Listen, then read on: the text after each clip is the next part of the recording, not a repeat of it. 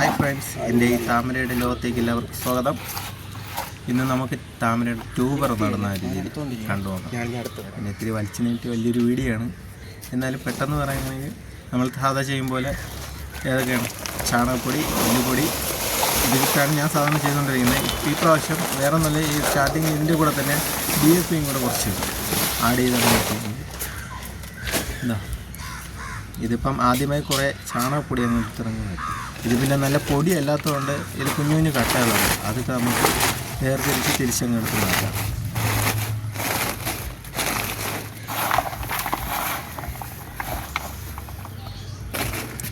കുറേശ്ശെയായിട്ട് ചാണകപ്പൊടി, അല്ലെങ്കിൽ നമുക്കല്ലാതെ പുറത്തുനിന്ന് കാടിന് ചാണകപ്പൊടി വാങ്ങാൻ കിട്ടും. ഇത് പിന്നെ ഞാൻ ഇവിടെ ഒരു അടുത്തുനിന്ന് കുറച്ച് ദൂരം വളർത്തുന്നിടത്തുനിന്ന് കുറച്ച് അവർ ഉണക്കി വെച്ചിരുന്നതിന് വാങ്ങിച്ചതാണ്, അല്ല പൊടിച്ചതല്ല.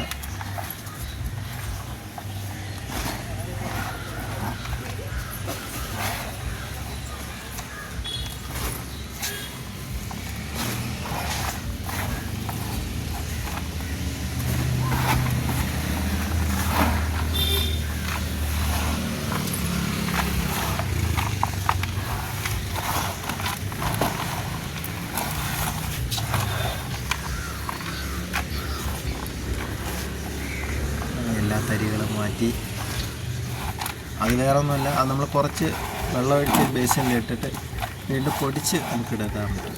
അതാണ് എടുത്ത് മാറ്റുന്നത്. നമുക്ക് ഫുൾ ഇടേണ്ട ആവശ്യമില്ല. ഇപ്പോൾ കാണുന്ന ആ ബേസിൻ്റെ കാൽഭാഗം സാധാരണ കുറച്ച് ചാണകം, ഞാൻ ഇത്തിരി കാൽഭാഗം ഇട്ടിട്ട് ചാണകപ്പൊടി,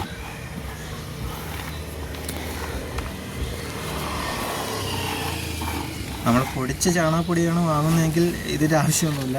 അത് മാത്രം അങ്ങ് തട്ടിയിട്ട് സാധാ എല്ലുപൊടി വീട്ടിൽ മിക്സ് ചെയ്താൽ മതി. ഇനി അടുത്ത് പറഞ്ഞ എല്ലുപൊടി ഇപ്പം നമ്മളിട്ട് ഈ കാൽഭാഗത്തിന് ഒരു 2 പിടി ഇട്ടാൽ മതി. ഇത് കഴിഞ്ഞ് ജസ്റ്റ് ഇങ്ങനെ ക്ലിയർ ചെയ്തിട്ട് ഇത് ഫുള്ളാകുന്ന ഇങ്ങനെ മിക്സ് ചെയ്യും.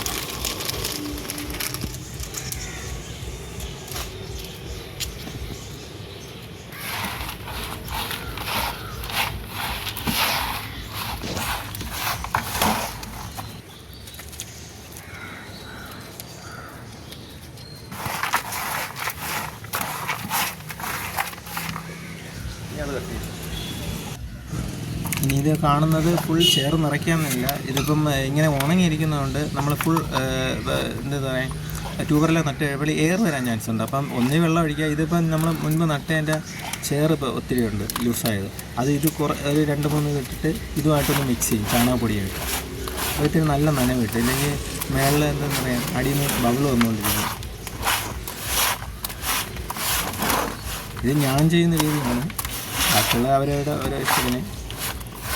ഞാൻ ഈ ചെയ്യുന്ന ഇതിന് നല്ല റിസൾട്ട് കിട്ടുന്നുണ്ട്.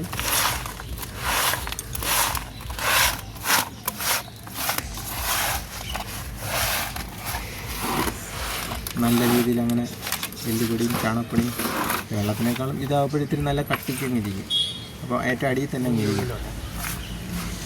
അതുകൊണ്ട് നമ്മളെ ബബിൾ വരാൻ നേരത്തെ അടിയിലുള്ള ഉരങ്ങൾ അത്രയും മേളിലോട്ട് വരാൻ ചാൻസ് ഉണ്ട്. അതുകൊണ്ടാണ് ഇത്തിരി നല്ല നനവോടുകൂടി അങ്ങനെ സെറ്റ് ചെയ്യുന്നത്. പിന്നെ എല്ലാവരും ഫ്ലാറ്റായിട്ട് ചെയ്യും. ഏതായാലും ട്യൂബർ റൗണ്ട് ചെയ്താണ് വളരുന്നത്. അതുകൊണ്ട് ഞാൻ ഏറ്റവും കൂടുതൽ ഇങ്ങനെ സൈഡിൽ താണ്ട ഈ ചരിച്ച് ചെയ്യും പോലെ അങ്ങനെ ചെയ്യും. സെൻറ്ററിൽ അങ്ങനെ വലുതായിട്ട് ഇടാറില്ല, ജസ്റ്റ് ഒന്ന്.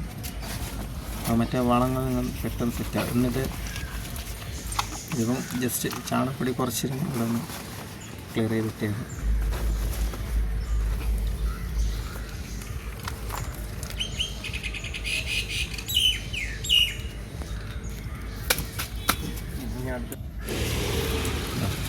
ഈ ഡാപ്പ് നമ്മൾ സാധാരണ ചെയ്യുന്നതെന്ന് വെച്ചാൽ, ഇത് വളർന്നു കഴിഞ്ഞ് നല്ല ലീഫ് തന്ന ശേഷം കിഴികെട്ടി അതിൻ്റെ സെൻറ്ററാക്കിയാണ് വയ്ക്കുന്നത്. ഞാൻ സ്റ്റാർട്ടിങ്ങിൽ നമുക്ക് ഒരു പിടി ഇടാം, പക്ഷേ ഇത് ഞാൻ കവറിലായതുകൊണ്ട് ജസ്റ്റ് ഇങ്ങനെ വിതറി ഇട്ടുന്നേ ഉള്ളൂ. ഒരു പിടി ഫുള്ളങ്ങ് വിതറി ഇട്ടിരുന്നാൽ മതി.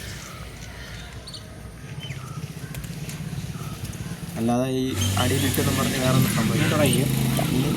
ഇത് നല്ല കട്ടിക്കായിരിക്കണം, ഭയങ്കര ലൂസാവില്ല. ഇപ്പം ഞാൻ സാധാരണ ഇവിടെ താഴത്തെ ഇവിടെ അടുത്ത് പാടമുണ്ട്, അവിടെ നിന്ന് ചേറാൻ ഇട്ടുകൊണ്ടിരുന്നത്. ഇതിപ്പോൾ അല്ലാതെ വേറൊരു മണ്ണും കൂടെ മിക്സ് ചെയ്ത്, കാര്യം മണ്ണ് ഇട്ടാനില്ലാത്തതുകൊണ്ടാണ് അതും കൂടെ മിക്സ് ചെയ്ത് ഇത്തിരി കൂടി നല്ല കട്ടിയായാൽ അത്രയും നല്ലത് തന്നെയാണ്. ഇതിപ്പം നേരത്തെ മണ്ണും കൂടെ നല്ല നനവുള്ളതുകൊണ്ടാണ് ഇത്തിരി ഇതായിപ്പോയി. ആദ്യം ഫുള്ളായിട്ടിട്ട് സാധാരണ ചെറിയൊരു കീറിയാണ് ട്യൂബർ സാധാരണ വയ്ക്കുന്നത്. ഞാൻ അങ്ങനെയല്ല, ഫസ്റ്റ് ഒരു ലെയർ ചേർത്ത ശേഷം ട്യൂബർ സെറ്റ് എന്നിട്ട് അതിൻ്റെ മുകളിൽ വീണ്ടും ഒക്കെയാണ് വയ്ക്കുന്നത്. വീഡിയോ കാണാൻ മനസ്സിലാവും.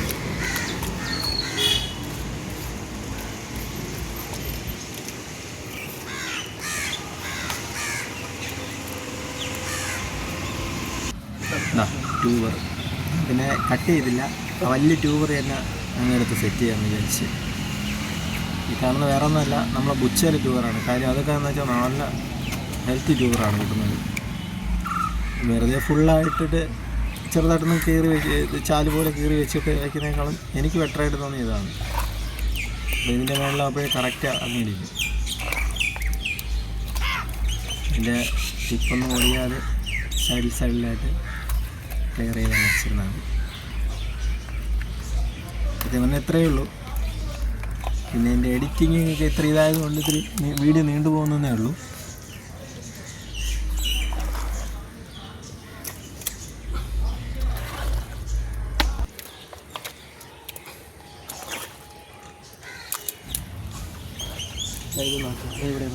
വേറൊന്നുമല്ല, ടിപ്പ് ജസ്റ്റ് കാണുന്ന രീതിയിൽ വെച്ചെന്നേ ഉള്ളൂ.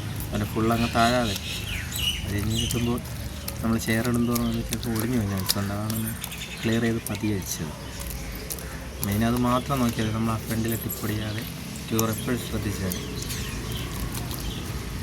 നല്ല തിക്നെസ്സുള്ള നല്ല കട്ടിയുള്ള ഇതുപോലെ ചെയറാണെങ്കിൽ വേറെ ഒന്നുമല്ല, ട്യൂബർ ഉയർന്നില്ല. ഭയങ്കര ലൂസാണെങ്കിൽ നമ്മൾ ചെറിയൊരു കല്ലിയൊക്കെ ഉണ്ട്. ഇനി നമുക്ക് വെള്ളമില്ല, കവർ വെച്ച് വേറെ ഒന്നുമല്ല, നമ്മൾ വെള്ളം കലങ്ങാതിരിക്കാൻ വേണ്ടിയുള്ള ഇതാണ്.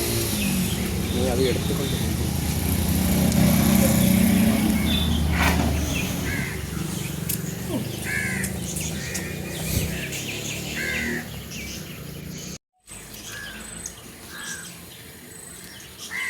ഇങ്ങോട്ടോ വീഡിയോ എങ്ങനെ വെച്ചോളിനോ. നമുക്ക് ഇനി നമ്മൾ ഈ വെള്ളം നിറച്ച ശേഷം വേറെ സെറ്റ് ചെയ്ത് വെച്ചിട്ടുള്ള നമ്മൾ അസോള പായലുണ്ട്, ഇതെല്ലാം എടുത്ത് നമുക്ക് പുതിയതായിട്ട് നട്ട് ട്യൂബറിൻ്റെ മേളിലോട്ടിടാം. ഇത് മെയിനായിട്ട് ഇടുന്നതിൻ്റെ ഉപയോഗം വേറെ ഒന്നുമല്ല, ഒന്ന് കൊതുക് മുട്ടയിടില്ല, പിന്നെ ഇതിൽ പെട്ടെന്ന് നേരിട്ട് സൂര്യപ്രകാശം അടിക്കുമ്പോൾ കുഞ്ഞു കുഞ്ഞു പായലുണ്ടാവും ഉള്ളിൽ, വള്ളി കണക്കുള്ള. അതിൽ നിന്നൊക്കെ രക്ഷ നേടാമെന്നുള്ളൊരു മാർഗമാണത്. ഇതിപ്പം വേറെ ഒന്നുമില്ല, ഒരു കൂടിപ്പോൾ ഒരു 3-4 ദിവസം ആകുമ്പോൾ ഒത്തിരി കൂടി വരും.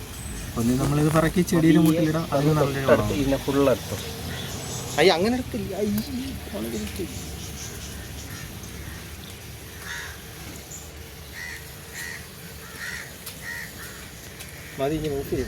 ഇനി ഇത് വേറെ ഒന്നുമല്ല, നമ്മൾ വെയിലത്ത് വെച്ചിരിക്കുന്നതുകൊണ്ട് അതായത് ഒരു 3-4 ദിവസം അതായത് ഡയറക്റ്റ് ഭയങ്കരമായിട്ട് ചൂടടിക്കാതെ. കാര്യം നമ്മൾ ട്യൂബർ മേളിൽ സെറ്റ് ചെയ്തല്ലേ ഉള്ളൂ, ഒന്ന് വേരൊക്കെ പിടിച്ച് 3-4 ദിവസം മതിയാവും.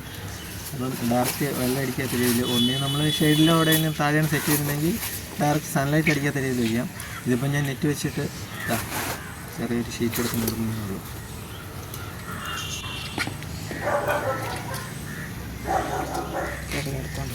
ഒരു 3 ദിവസം കഴിയുമ്പോഴേക്കും എടുത്ത് നമുക്ക് മാറ്റാവുന്നതാണ്.